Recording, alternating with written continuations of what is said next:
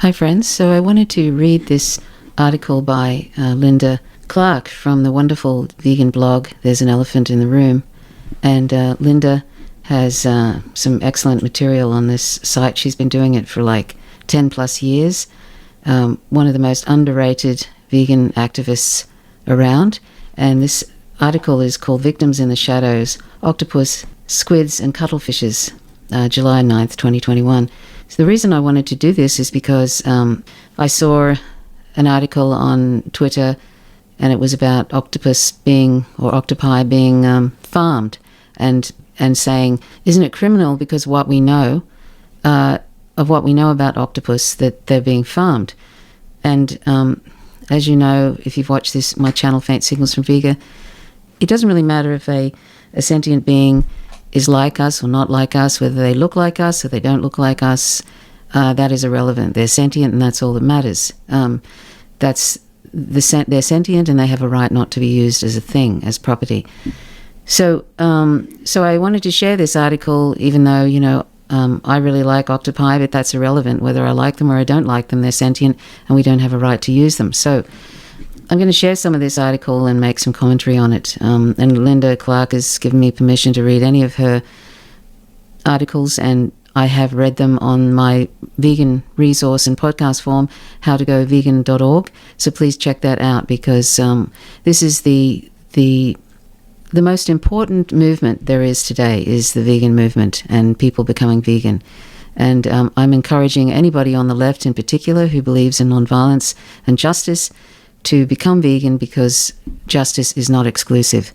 We really can't pretend anymore that the lives of 1 to 3 trillion sentient land and aquatic animals don't matter. We believe our animals morally matter. We demonstrate that all the time as human beings. And these animals that we use for food, mostly food, matter as much as any of the animals we fetishize, any of the animals whom we live with, and so forth. So octopus are soft-bodied, 8-limbed mollusks of the order Octopoda. The order consists of 300 species and is grouped within the class Cephalopoda, with squids, cuttlefish, and nautiloids. This blog was originally inspired by the many excellent articles I've read which provide insight to these fascinating creatures. These articles are always popular on social media, even amongst those who would think nothing of devouring these same individuals as dietary indulgence. However fascinating they are, as an animal rights blogger, I'm only too aware that alongside approximately 3 trillion of their fellow water dwellers every year, cephalopods are considered, like every other species on the planet, to exist solely for the use and exploitation of the most brutal and oppressive species that has ever existed, humans. So I'd like to stress something really important. There's no such thing as a, quote, food, end quote, animal. There is no relevant distinction between those whose corpses we casually toss into the supermarket trolleys, or whose charred remains lie on our plates, and the other creatures who share our homes or our lives. This also applies in the case of cephalopod corpses that we, in our arrogance, treat as ingredients and the stars of the videos and articles below.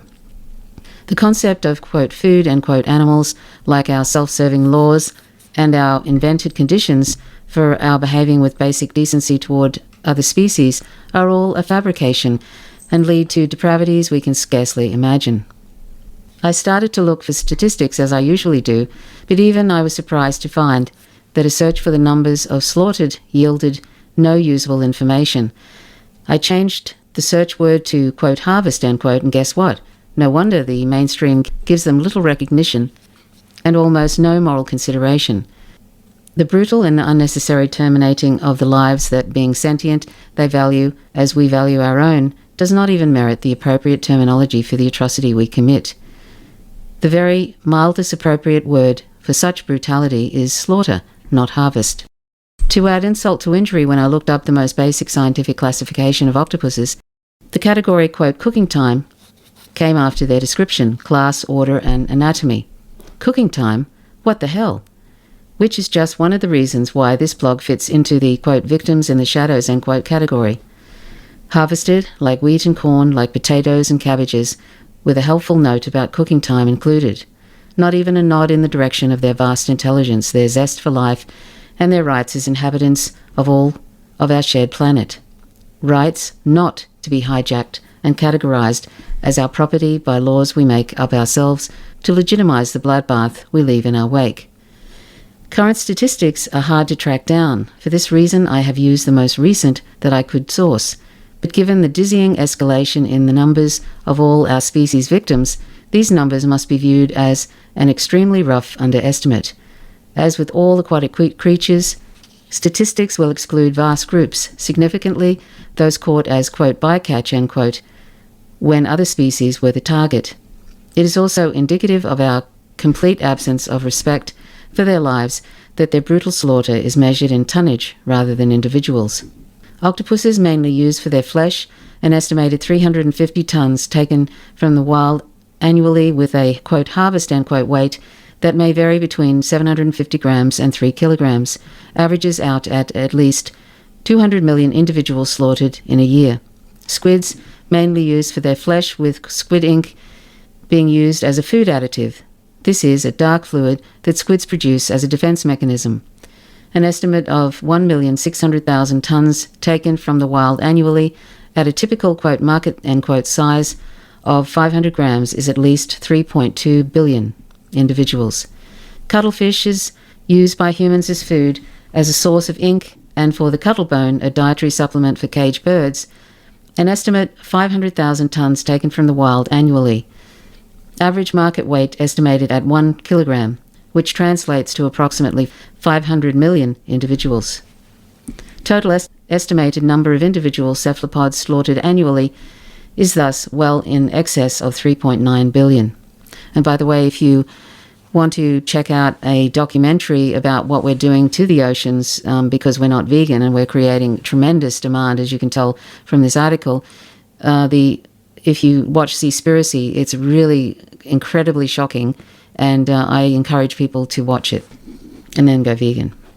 Unlike many other aquatic animals whose numbers captured from their wild habitats are supplemented by, quote, farmed, end quote, victims, by the majority of current cephalopod victims are caught in the wild, with the business being so lucrative that the race is on among several countries to develop ways to, quote, farm, end quote, their bodies. Late in 2019, in Issues in Science and Technology, the case against octopus farming provided information about why prominent scientists considered it unethical to even consider pursuing methods of farming. It's worth reading the article in its entirety. Quote, octopuses stand out among invertebrates for their complex behavior. They are capable of problem-solving, mimicking their surroundings, using color changes that take place on a scale of seconds, outwitting predatory sharks, discriminating individual humans, engaging in playful behavior, and hunting in response to cooperative signals sent by fish. As these patterns of behavior suggest, octopuses, as well as some other cephalopods, have sophisticated nervous systems and large brains. Given their exceptional abilities, one might ask whether humans should be eating octopus at all. But here we want to raise a different ethical question. As global demand for octopus grows, especially in affluent markets, so have efforts to farm them. We believe that octopuses are particularly ill-suited to a life in captivity and mass production for reasons both ethical and ecological. Right now, the farming of octopus is constrained by the technology. It has been difficult to reliably keep animals alive through the early stages in their lives, but with further investments, research and testing, the technology may well become available to farm octopus at an industrial scale. It is our hope that if such an option does become practical, society will recognize the serious welfare environmental problems associated with such projects, and octopus farming will be discouraged or prevented. Better still would be for governments, private companies, and academic institutions to stop investing in octopus farming now and to instead focus their efforts on achieving a truly sustainable and compassionate future for food production. So that's the excerpt from that particular article Linda was talking about. Similar changes apply to efforts to raise squids as well as cuttlefishes, but predictably, while consumers demand the corpses for their plates, there's money to be made, and that alone is incentive for exploiters to keep on trying to find ways to maximize their profits. And that's the whole thing about industrialized farming. It is to meet the demand for animal products. So they're just trying to do that with octopus and other cephalopods as well. Intelligence is not and should never be the yardstick by which we measure the moral value of another individual of any species. If it were, then I doubt if any would dispute the large numbers of the human population might find their future at risk. The more the topic of intelligence is considered, the more abundantly clear it becomes that despite the limitations the majority of us have, whatever method by which we decide to define intelligence, however nebulous, however narrow, is the yardstick by which we as a species generally presume to measure every other. Just like the laws we make up to legitimize our outrageous behavior towards our fellow beings, the qualifying criteria that we invent are hopelessly biased and anything but fair or objective. However, in the case of octopus, I've always been fascinated by their well-documented achievements. I have never promoted intelligence as a reason for consumers with an insatiable appetite for death to stop killing and eating others who value their life.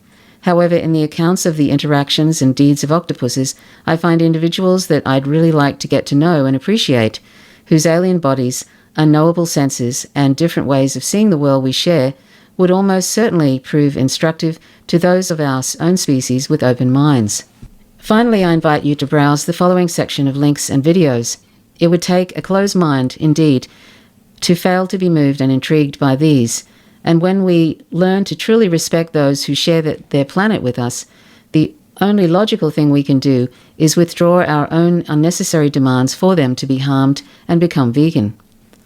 1. Let's start with an explanation of the image of the top of this piece.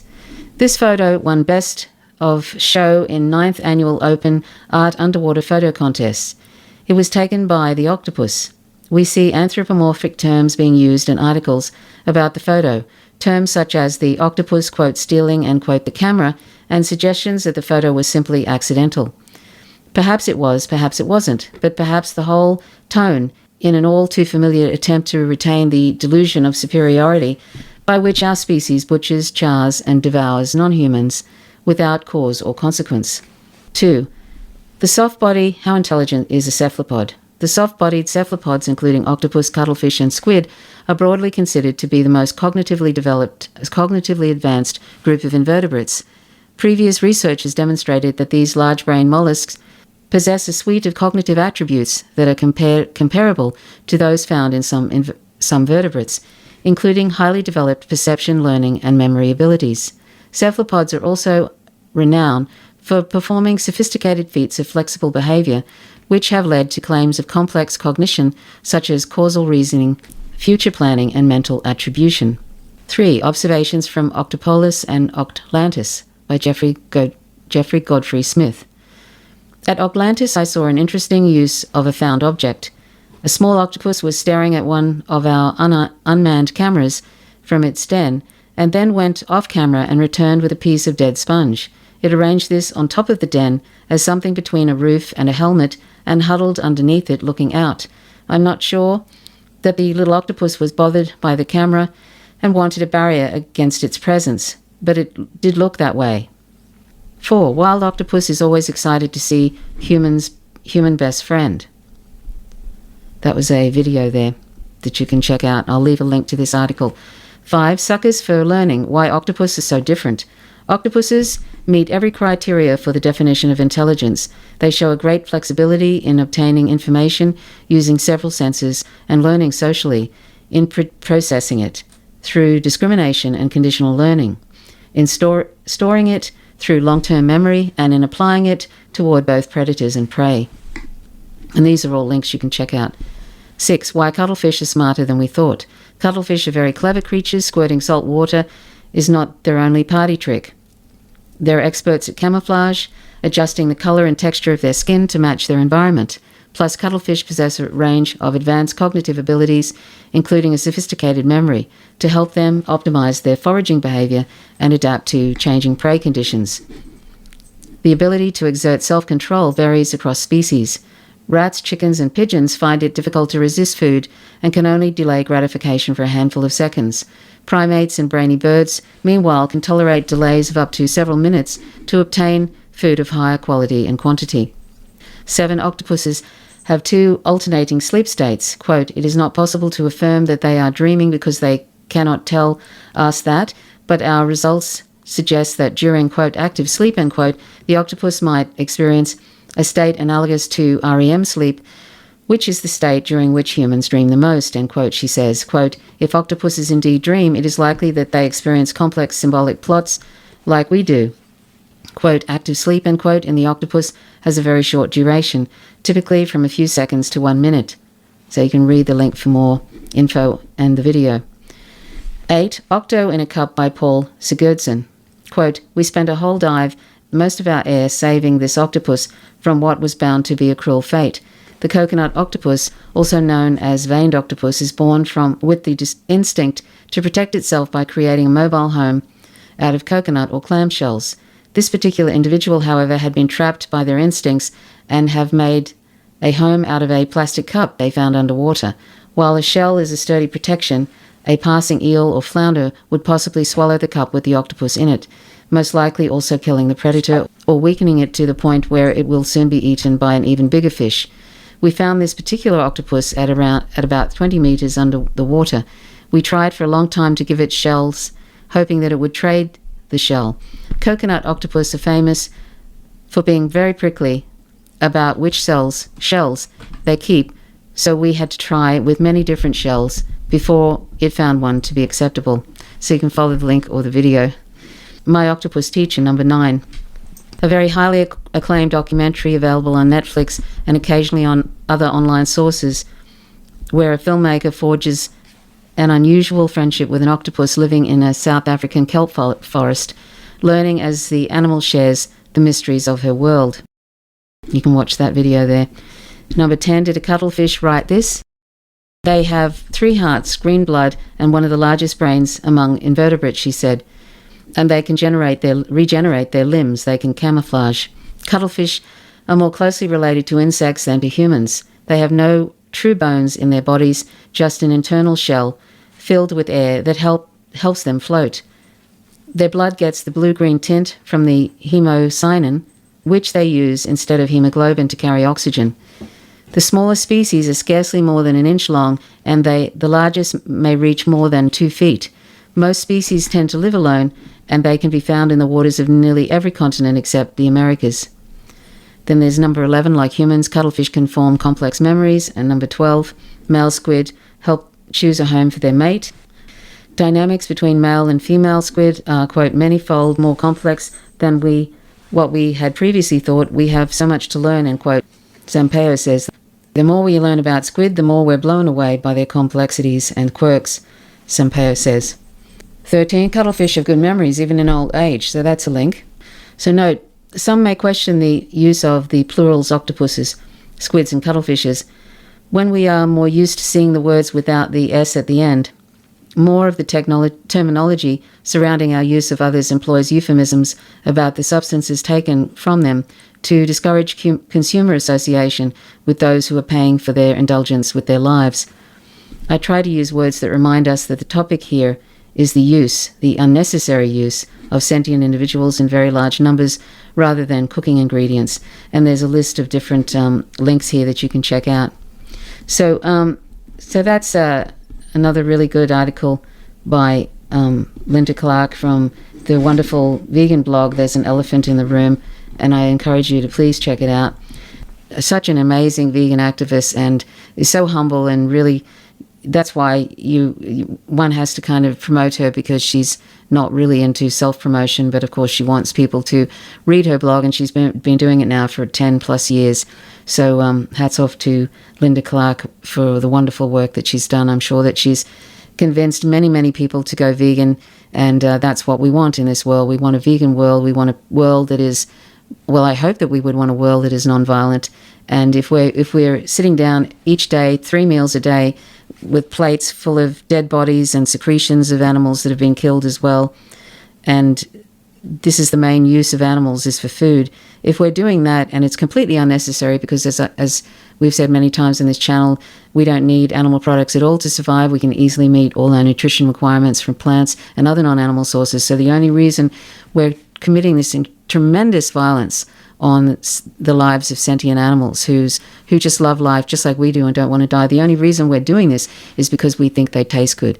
And that's not justifiable. It's not morally justifiable. These animals have a right not to be used as things, not to be used as resources, not to be used as property.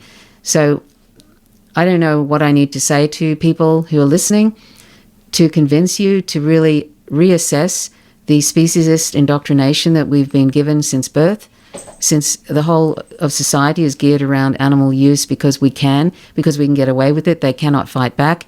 They're a vulnerable group. They're the largest population on the planet. 99.99% of the planet's population are non-human, and look what we're doing to them. So, and as I've said, if we can do that to the most vulnerable sentient beings on the planet, if we can treat them like this, if we can kill them, torture them, take their young, mutilate them, drown them, shoot them, and all of that, if we can do that to anyone, and we do that to human beings. And this is at the root. Our non-veganism is at the root of much of the violence that's in the world today. And that is why I encourage everybody, particularly people who consider themselves leftists, anybody who considers themselves, who cares about non-violence, who also cares about the climate crisis, and who doesn't care about the climate crisis except for people that are in total denial or people that have something to gain from the status quo continuing. But most of us say we care about the climate crisis. I invite you to check out cowspiracy.com. That's a documentary. Seaspiracy.org. Please check that out. That's what we're doing to the oceans. That was on Netflix a while ago, and you can probably find it. Maybe you can still find it there, I'm not sure. And you can also watch the documentary whatthehealthfilm.com.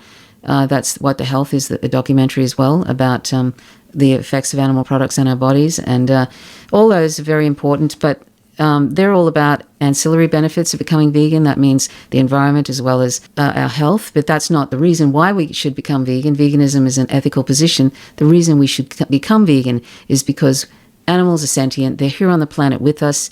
If we claim that animals morally matter, which most of us do, then we have to stop using them because it's completely unnecessary. And if we even took a moment to think about what we're doing, instead of just seeing these products on the plate or seeing products on the shelf, bloodless products, and we don't see the lives behind those animal products, if we could just take a moment to think about what we're doing and think about the animals that I often show when I'm talking about them. I don't show graphic images. I could show gazillions of graphic images, but I don't think that's helpful. I think it just traumatizes people, but also tends to make people think we need to treat them more humanely, end quote, and there's no such thing as non-abusive use of animals. And even if there were, it would still be wrong. So I don't want to traumatize people, but I feel like you need to do your own investigation, even if you want to watch some of the gazillions of different videos about animal use on YouTube and elsewhere and get to see what we're actually participating in, or read. You can, if you don't want to do that, and lots of people don't want to do that because it causes cognitive dissonance, and that means it makes it difficult sometimes for them to be able to continue on eating animal products. But if you don't want to look at graphic images, and I usually avoid playing any graphic images on my site, then read What's Wrong with Vegetarianism by UVE Archives, and I'll leave a link to that. And I'll leave a link to There's an Elephant in the Room blog by Linda Clark, because it's really fantastic. You can also check out my vegan resource, howtogovegan.org. And it's you can listen to that anytime. You can listen to it while you're walking, listen to it on a treadmill.